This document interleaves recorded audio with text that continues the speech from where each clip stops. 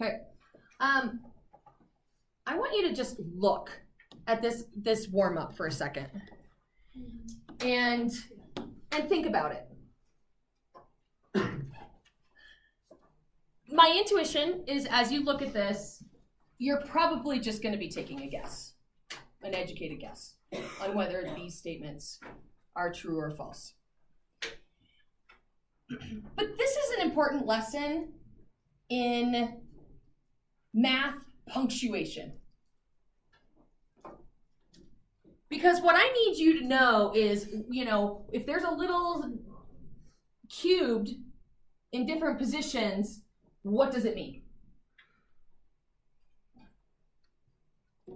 So this first situation right here, this is the entire log getting cubed, which I think is probably fairly self-explanatory. This is, however, the way that we would write it. This is the more proper way to write it. So these two things are the same.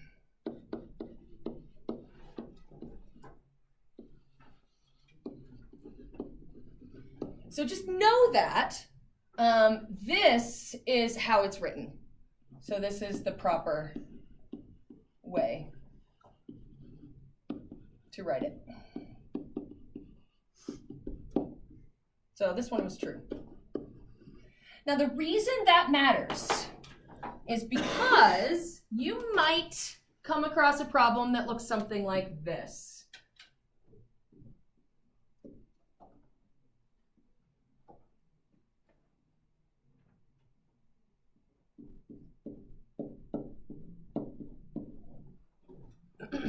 Log squared x minus 4 equals 0. This is a difference of squares. This is a factoring problem. You're factoring with logs. You're not just factoring with an x.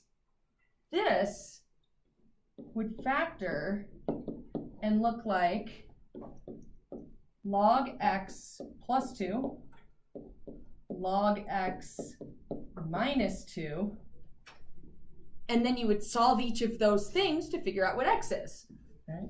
If log x plus 2 equals 0, that means that log x equals negative 2, which means that 10 to the power of negative 2 is x, so 1 over 100 is one possible x value. Whereas the other one comes from log base x minus 2 equals 0, log base x equals 2, and so 10 squared equals x, or 100 equals x. Those are two very different answers. So just be aware that you can have entire logs getting squared, cubed, raised to the power of 4th, and that's what it would look like. So then if you look at this second statement, now that you know that, is this statement true? No. No, very good. So this is false because this is the whole log getting cubed. This is only the x getting cubed. And so this 3 would really just come out front like a coefficient. And so is 3 times log base 2 of x the same as log base 2 of x cubed? So those are not equal to each other. All right, so that's your like math punctuation lesson for the day, if you will, on how to write exponents of entire logs. Our solving problems, in some ways, I think can even be easier than what we saw on M. Suppose you get something like this, where it's just one log on one side and one log on the other. If you can get that scenario, as long as they're the same logs, you can basically, and they don't have any coefficients, you can basically just set the arguments equal to each other. So you would be able to say 3x plus 1 is equal to x minus 5, and just solve for x.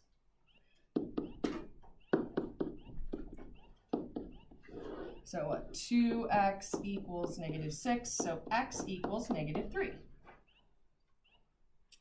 Now, we do have to remember about the concept of extraneous solutions. So we do kind of have to go and check this out and go, okay, what happens if I plug it in here? I'm going to get natural log of -8. That does not keep it positive. So therefore, this is actually extraneous.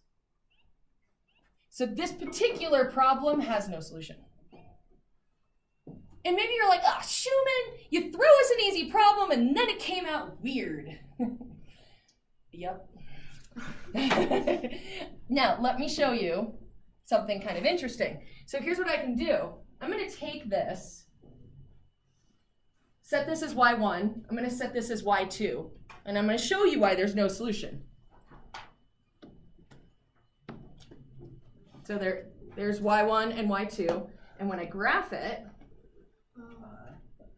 they never, ever intersect each other. They're sort of the equivalent of parallel lines, but they're like log curves. And so even though the curves are curving and changing constantly, they never overtake each other. They never equal each other. Okay? So that can happen.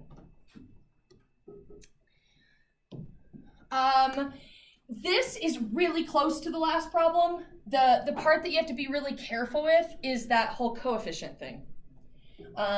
If I've got this 2 here, I can't just set the arguments equal. But if I take this and I condense it back onto the argument, and it's now, log base 3 of x squared equals log base 3 of x plus 2, now I can set the arguments equal.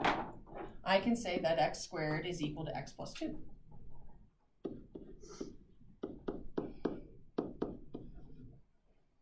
Now, how do I solve an equation when there's an x squared and an x? Factoring, hopefully. So get everything on the same side, set it equal to 0. So subtract that over, and I'm pretty sure we don't have any weird ones. I think they all factor for you. So then this would factor as x minus 2, x plus 1. Which then gives me an x value of 2 or an x value of -1. Now, if I get 2 answers, they could either both work, they could both fail, or one could work and one could fail. So we do need to look back and check them. So let's check the 2. Does it keep it real? Keep it positive? Yep, that checks out. Does it keep it real, keep it positive? Yep, that checks out. So this works. If we check this one, if we plug it in here, it works. But if we plug it in here, it fails. It only has to fail in one spot for it to be extraneous. So this one is extraneous because it did fail in one of the logs.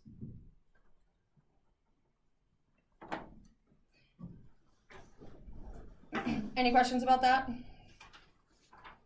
Okay. This, I think, in some ways is an easier problem because I don't have to worry about extraneous solutions. Right? The x is in the exponent. Whatever I get for x, I can have any sort of number. But I do need to isolate the base. So I got to move both 3's. I got to get that e by itself. So move this over. 3e to the 2x equals 2. I got to divide by that coefficient. So e to the 2x is equal to 2/3. Now I can rewrite it. And I have to rewrite it because my variable is in the exponent. So here's one piece. Here's a second piece. Here's my third piece. Put those in the right positions of a log. So this would be log base e, which is natural log of 2/3 equals 2x. And then you grab your calculator. Because natural log 2/3, you could just type into your calculator. So natural log of 2 divided by 3 is negative 0.405.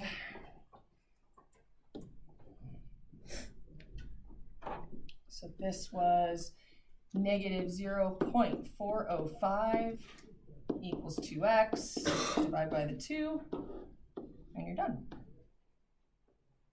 So what, negative 0.2025 would equal x. And I don't have to worry about extraneous for this one.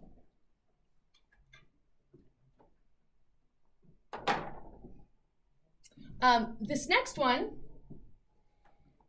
pretty similar, but I got to get that 5 by itself, so let's move this 3 over. 5 to the x minus 4 is equal to 6. Now, this one, when I rewrite it as a log, what will the log base be? A 5, right? I got 5 here, and then there, and okay. So it's going to be log base 5 of 6 equals x minus 4. And a problem like this, you have no choice but to use change of base. If you've got the fancy setting on your calculator, then you just plug that in.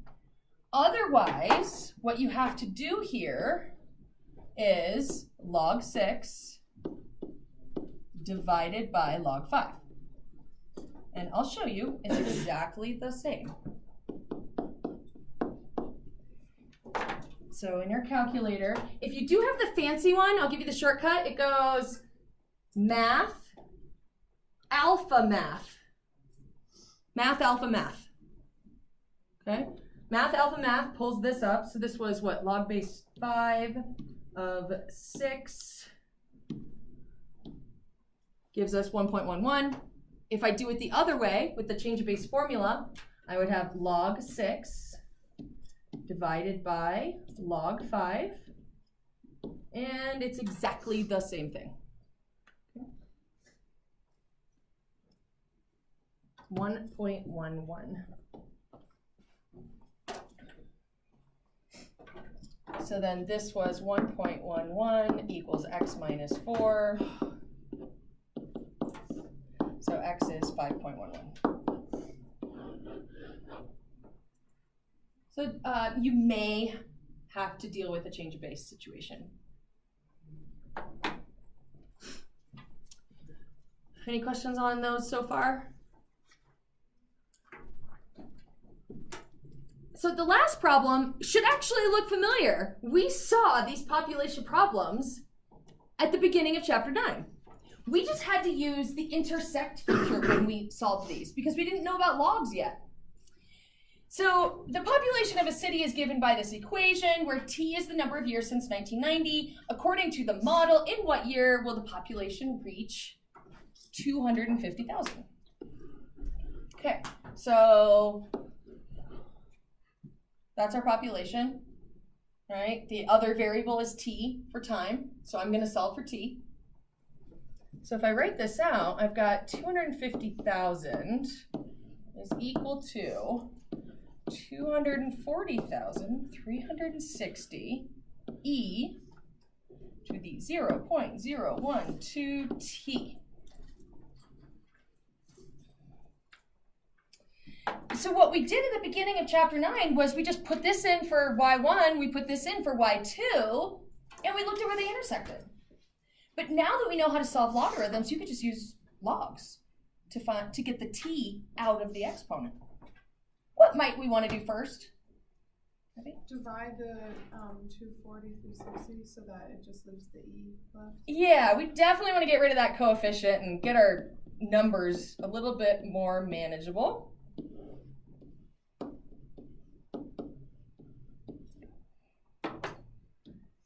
So 250,000 divided by 240,360.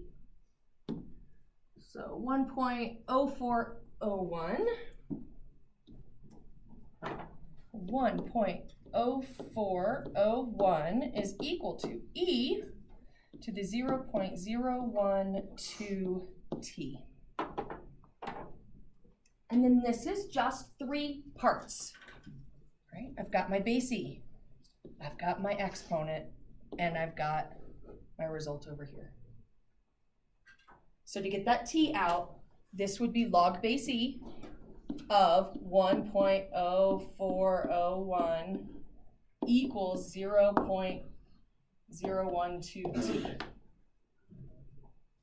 And now you've got an algebra problem. You're going to type that into your calculator and you're going to divide by the 0.012. Now, you guys know about the copy paste feature, right? Because watch what I'm going to do here. I'm going to do natural log. I'm going to grab this previous answer and put it in here by doing second down here. And it puts A and S in there, which is nice because then there's no rounding error. And then I'm going to divide that by the 0.012. 3.28.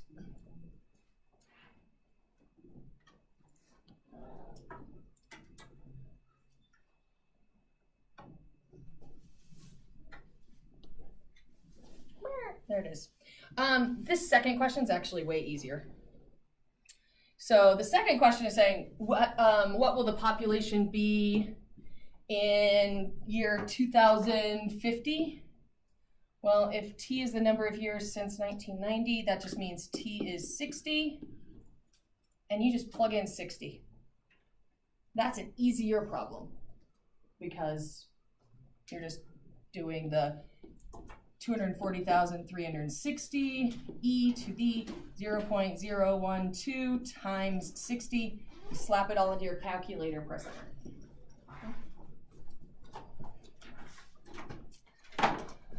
All right, so that is our last lesson on logarithms, folks.